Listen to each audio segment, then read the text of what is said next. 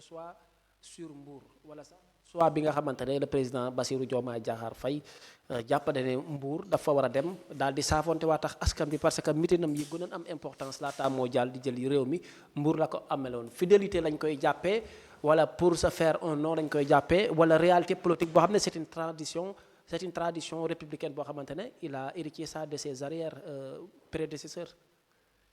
waaw xam nga je ne dirais pas tradition républicaine parce que aussi le président yàgg na lu baax la fi nekk ay morom di ko def te def ko kon je vais pas dire tradition républicaine léegi li am mooy que ni Mbour peut-être c'est stratégique parce que tamit quoi qu'on peut dire Cheikh Thiès dafa am lu dëgër loo nga xamante am na ko ci électorat bu Sénégal Thiès ak Touba mu nekk Mbacké diggante boobu ku fa am dara ci électorat man je pense que amatoo lay ko fexe ba téye ñaari électorat nga téye électorat bu Thiès téye tamit électorat bu Mbacké j'espère que yow daanaka amatoo loo inquiété wu ci li nga xamante ni si moom moo nekk réew bi kon je pense que c'est stratégique et tout ça c'est de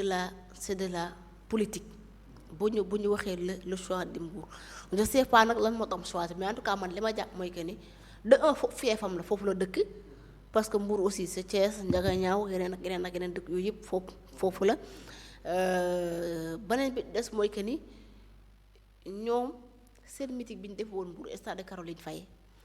fii la ko premier ministre doon ko waxee naa ko bi ñuy campagne fii la ko waxee woon ne ko projet bi joxuñu ko Bassirou Diomaye Faye parce que moo fi gën a rafet wala moo fi gën a limé dañ koo parce que dañoo jàpp ne projet bi parce que dañoo xam ne projet bi mën na koo doxal boo demee nag ba doxatul li nga xamante ni si moo nekk projet bi dañuy xëcc noppam ni ko sama raq dellu si waatal waaye léegi est-ce que Bassirou Diomaye Faye tey ba demee Mbour day xëcc nopp Ousmane Sonko wala déet c'est la grande question qu'on se pose parce que foofu la waxee bu demee ba doxatul li projet bi doon dañuy xëcc noppam te actuellement ku ne xam na li nga xamante ni si moo nekk yenn divergence yi nga xamante ni si dox na ci seen biir léegi est-ce que Bass mu ngi doxee li nga xamante ni si moo nekk projet bi ba tey c'est la grande question wala bu dee projet la lan moo nekk c'était quoi le projet ndax xam na ni projet bi du nit waaw projet bi du nit mais lu tax ñu jox ko mooy projet ba léegi nii on dit que projet bi nit moom ba tey nit mënul la wax ne la dut ci baaraam ne la lii mooy projet bi wala lii la projet bi réalisé ba tey leen dis mooy que ni ci Mbour moom et aujourd'hui j'espère que tu l'as rappelé ci la waxa woon ni képp ko nga xamante ni si da ngay dugg ci gaal gi ku ko gis na nga ko yoole boo dikkee dinañ la neexal est-ce que ñoom ñu ngi yoole ba tey et c'est le moment président bu demee Mbour mu laajte leen ba xam est-ce que yoole leen est-ce que nit ñi ñu ngi dem tukki ci gaal ba léegi même bu ko yëgul président ma yëgal la ko ba léegi nii nit ñi ñu ngi dugg ci biir waax yi di dem Europe kon loolu j'espère que war na leer tamit nga xam ko bu dee yëgoo ko wala waa Mbour j'espère que war nañ la ko mën a fàttali léegi nag dafa xam lu fi xew et je pense que un jour le premier ministre waxoon na ko bi ñuy nekk ci wëj ko jigi mu ni nit bu ñu la falee maanaam bu ñu la falee nga nekk président ci am réew boo génnee dañ ci askan bi maanaam du demoo fa ngir ñu lay tàccoog ngay tëgg ak di yeneen ak yeneen mais comme da nga leen diggoon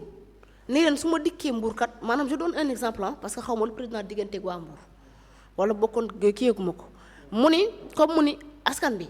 Mbour su ma dikkee kat li nga xamante ne si moo nekk seen problème mu ndox bi wala problème mu courant bi bu ma ñëwee au pouvoir dinaa ko régler ndaw ñu liggéey dinaa wutal ay ndaw nangam ci ay ndaw ci liggéey li nga xamante ne moo nekk tourisme bi dinaa fexe ba mu dox ba yeneen ak yeneen ay jooyanti waa léegi 2 ans au pouvoir président de la République lan la def Mbour bay dem di météo Mbour c'est la question que je pose est-ce que depuis ñaari at yi nga xamante ni si le président def na ko ci bopp réew mi lan la def Mbour est-ce que def na fa lu jar mi meeting yi est-ce que la mu leen waxoon def na ko la mu leen diggoon def na ko y a une question que je pose mais en tout cas bañ fa demee woon ñoom am nañu bëri loo nga xamante ni si diggante woon nañu ko ak waa Mbour problème bi moom mooy du problème feesal stade parce que man mii sax su ma wootee nit ñi ñëw Cheikh yi bu wootee nit ñi ñëw waa la région bu ñu wootee nit ñi ñëw fii moom Cheikh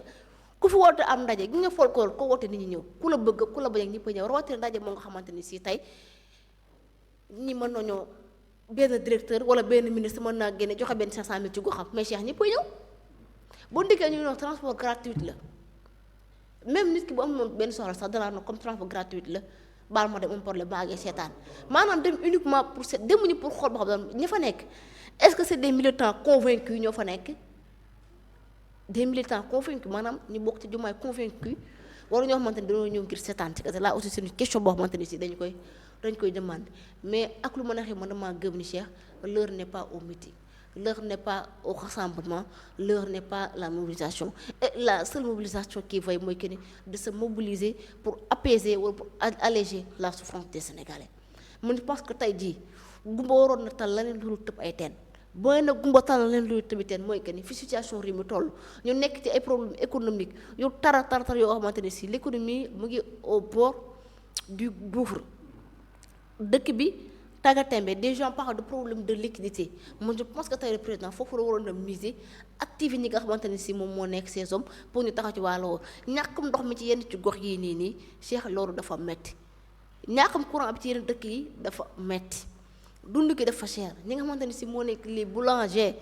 ci boppam ñu ngi menacer l'état ngir ni bu fekkente ni si àdduwul dans les prix brefs délai ak yeneen yi bu ngi xew nawet bi moo ngi ñëw ba léegi ni baykat yi amagul li nga xamante ni si moom moo nekk seen ay jiw ñi jiwoon daaw ba seen gerte gi ñu récolté woon ba léegi nii ñu ngi ko def ay engrais seen biir kër yi am nañ problème pour jaay ko et beaucoup de problèmes problème yoo xam ne actuellement Sénégal yi ñu ngi koy jànkoonteel tey bu ñu gisee le président de la République moom mu naan day meeting day woote mbumbaay ak di woote folklore bu ñu ko tuddee noonu vraiment man Cheikh man je pense que ces gens là Sénégal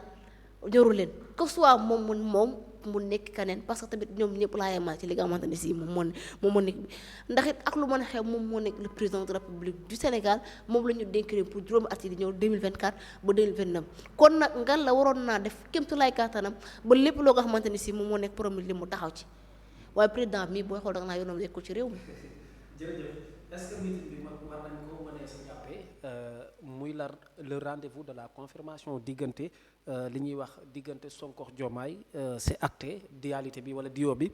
d'autant plus que gis nañ ca terrain meeting ba annoncé woon nañ le président de la République mais gis nga ne dikkul kon tey lii bu ñëwee est-ce que du mën a wan ne lu ne faa nga kenn di ko jeex que ne Diomaye moom dëggal na boppam ci côté maanaam incarner la coalition Diomaye président. waaw xam nga Cheikh ko nga xamante ne si même bu fëndee boppam ci la coalition Diomaye président mu ngi affirmer aussi li moo nekk seen ancrage ci parti bi la di Pastef vraiment man le président mënuma ko comprendre il est nag le président de la République du Sénégal article 80 moo ngi fi loolu moo tax yenn saa yi am na ci yenn yoo nga xamante ni si doo ko man te jibuñu sax di ko ci interpréter yu mel noonu mais quoi qu'on puisse dire mooy que ni man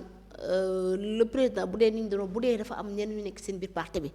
di ji fii jaafaa jëf moom tamit yaakaar naa ci ñooñu la bokk parce que ba léegi nii maanaam moom affirmé ko boobu ni la man dëggantaan fii laa bokk gis nga bu la nee man Pastef laa bokk la ma fa def kenn def ko une minute après dina la ni Diomaye président dama ko jàpp parce que ngor moo dama jàpp leen bu demaatee mu Diomaye président dama ko jàpp du sa yi bu ëllëgee bu 5 minutes après mu ni la Pastef foofu laa bokk waa léegi Diomaye fan la bokk président Diomaye fan la bokk Diomaye président la bokk wala Pastef la bokk c'est la question qu'on se pose léegi nag ko nga xamante ni si day tâtonnement la nekk gis nga ñoom du moom rek mooy tâtonner maanaam dañoo yëpp militants yi naa dañuy tâtonner dañoo yëpp dàmbooj yëpp kii dañoo yëpp dàmbooj rek waaye moom tamit kenn demul bu des de ndax waxagul exactement fan la féete doon tamit moo yor décret nag du nomee ku ko neex di fol li ko ne waaye bu doon simple militant la comme ni ko nii nekkee doo xam fu mu féete ndax tantôt mu la Diomaye laa bokk une minute après mu la maa ngi biir Pastef waaye léegi est-ce que ñi nga xamante ne si ñoom ñoo bokk ak ñoom war nañoo nangu chaque jour muy firnde Diomaye laa bokk wala muy firnde di Pastef laa bokk li ko war a def mooy que ni sëñ bi tànnal fenn ñu ànd fa ak yow lii mooy dëgg parce que mënoo jël tànk benn tànk Ndar yóbbu benn tànk Ndakaaru sa ñaar tànk nga jël samp ko benn côté. mais est-ce que ci doxalin est-ce que il n'est pas plus proche que la coalition Diomaye président que Pastef parce que gisaguñu mu dem ci rendez-vous Pastef 2 fois martyrs yi ñëwul te annoncé woon nañ ko gis nga le 8 wax naa la ko léegi ñëwul mais dañuy gis ay rencontre de la coalition Diomaye président est-ce que du ci kaddu dafa bokk maanaam Pastef mais ci jëf mu bokk dans la coalition Diomaye président. waaw léegi yooyu bu fa amee na ko waa Pastef dàq biir Pastef comme ñoom Pastef bu ñu ko invité du dem Pastef bu ñu ko invité bu dem bu ñu defee journée martyrs ni président day ñëw du ñëw yaakaar naa premier ministre moo ko annoncé woon bi ñu defee woon seen journée kii bi seen journée terrain meeting bi ci stade Léopold Sédar Senghor moo xoon ni bi waroon naa ñëw waaye mënta ñëw ndax calendrier bu chargé mais bi ñuy defaat le 7 bi moom président ci moom day jëm moo koy président ñëwut yaa ngi dégg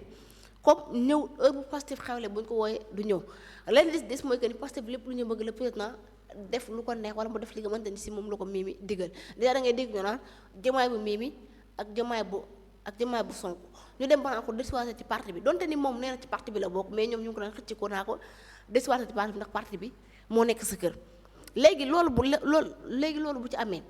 man xam nga Cheikh ñoom seen gégeeru parti la et je vais pas du ma ci nekk di ci sonn di wax fii la far wala fay defar wala ci kee la far ñoom ñaar ñëpp ñoo yem parce que idéologie bi projet bi même si c'est fantôme même si c'est film indo même si c'est du naxambaay ñoom ñaar ñoo ko bokkoon kii moo ne woon tànn mu la parce que dangaa rafet mais xam naa ne bu dee jub yaa ma gën a jub bu dee doxal bu dee déroulé bu dee organisé yaa ma gën a organisé bu dee doxal projet bi gëm naa yaa ma ko daa ko doxal moo tax ñu tànn la pour nga incarner li nga xamante ni si moo nekk projet bi donte ni moom mi ko tànn moom moo nekk le porte standard du projet léegi nag bu ñu demee ba ay divergence am seen diggante politiquement man li ma gëm et toujours ma wax la ko mooy que ni politiquement le divorce est déjà acté tamit boo ko il y a de cela 1 ou 2 mois wala mu ëpp 3 mois ma ne la man li ma gëm mooy que ni le divorce est déjà acté quand on parle de politiquement léegi nag seen ay relation que soit amicale wala yeneen ak yeneen yooyu moom ñoom la encaissé wala nekku ci mais en tout cas ce qui se passe en politique et à travers actes yi nga xamante ne le président mu ngi koy posé ak yenn mbir yi nga xamante ne si mu ngi xew seen biir yenn attaque man damaa gëm ni mooy que ni et là c'est visible le président wax na ni problème am na le premier ministre wax na ni problème am na ñu bokkal aussi parti wax na ni problème am na amul kenn koo ci invité mu toog te néewul problème amul récemment ki ñu invité woon fii li mu wax mooy que ni problème am na ci li nga xamante ni si moo nekk seen diggante kon le divorce est déjà acté léegi nag des mooy que ni qui des deux aura justement l'audace le courage de prendre ses responsabilités en première c'est la grande question qu'on se pose lan moo tax le président nangu jël ses responsabilités lan moo tax son premier ministre nangul jël ses responsabilités en tout cas ku ci nekk ci ñoom yaa ngi xaar sa morom ci li nga xamante ni si moom xew wala dañoo ragale te am xel loolu ñoom la mais quant à Diomaye président la gën a jege wala Pastef la gën a jege c'est pas à moi de le dire mais en tout cas li ma gis mooy que te yow nga gis ko ma gis ko et le constat c'est le même et tous les Sénégalais loolu lañ gis mooy que ni bu ñuy xool day mel ni yitte ji mu jox Diomaye président jox ko parti bi nga xamante ni si moom moo nekk parce que doonte ni chaque jour parti boobu lay bàqoon ni leen ci la est-ce que tamit peut-être di leen xamante ne mënu leen maa jëlee ci parti bi ci laa bokk mais man li ma gëm mooy que ni Pastef quand on parle de courage politique et quand on parle de fulla ak fayda dëggantaan li ngeen war a def mooy que ni génne ko ci parti bi mu jeex tàkk bu fekkee ni moom leen ñëpp dañ jàpp ne Ousmane Sonko le premier ministre la ñu war a dàq mais de l'autre côté bu fekkee ay nit ñoo ngi leen di dàq ndax dañoo am ay mouvement de l'autre côté te le président lépp lu dëppoo texte yi du koy jëfe kon pourquoi pas ñu dàq ko. moom laa comme militant la. te en tant que militant de Pastef da ngay wax ne bépp militant amul droit di defar beneen coalition boppam. wala beneen mouvement boppam. ki nga xamante moo nekk Baye Mayoro Diop loolu ngeen ko dàqee kon nag li dàq Baye Mayoro Diop Pastef waru woon a bàyyi Diomaye biir Pastef. beneen bi des mooy que ni lépp lu ngeen bëgg sax dun ngeen naa ko ñëwal ci kër gi fii militant bu fi deful lu mbokk da ngeen koy dàq ci biti kenn ko topp naa ko ñëwal ci kër gi waaye léegi lan moo tax Pastef di langaamit ci ginnaaw Diomaye naa ko ñibbisi ci kër gi kër gi sa kër waaye léegi ku sëy gi ba bëggatul ngeen ne ko force da ngay ñibbisi ci kër gi mais bëggatul mu ngi kër baayam toog léegi ku doon sëy ba yàgg sëy bi neexatu ko mu fay dem kër baayam toog nga ko force da ngay ñibbi si kër gi sa kër la bu dee kër gi neexatu ko wala kër gi doxee neexatu ko moo yey dee toog les mooy kër gi may ko baatam ok dàq leen ko ci parti bi mu jeex tàkk bu ko defee coow dootul am léegi nag ba xam moom day maintenir son premier ministre à la tête de la primature ou pas loolu moom je ne saurais dire loolu cëggal ko boppam la bu ko leer ni dëkk bi mu ngi dox te mën na koo doxal mu ki am confiance moo ko ñu ko waxee noo ko fa tëye loolu ñu mais en tout cas lu mën a xew mooy que ni sa bilan la Cheikh encore une fois ñoom ñaar ñoo koy bokk jërëjëf am na solo ngeen woy di abonné ci live Sénégal TV di xew Galsen TV émission quart d'heure de vérité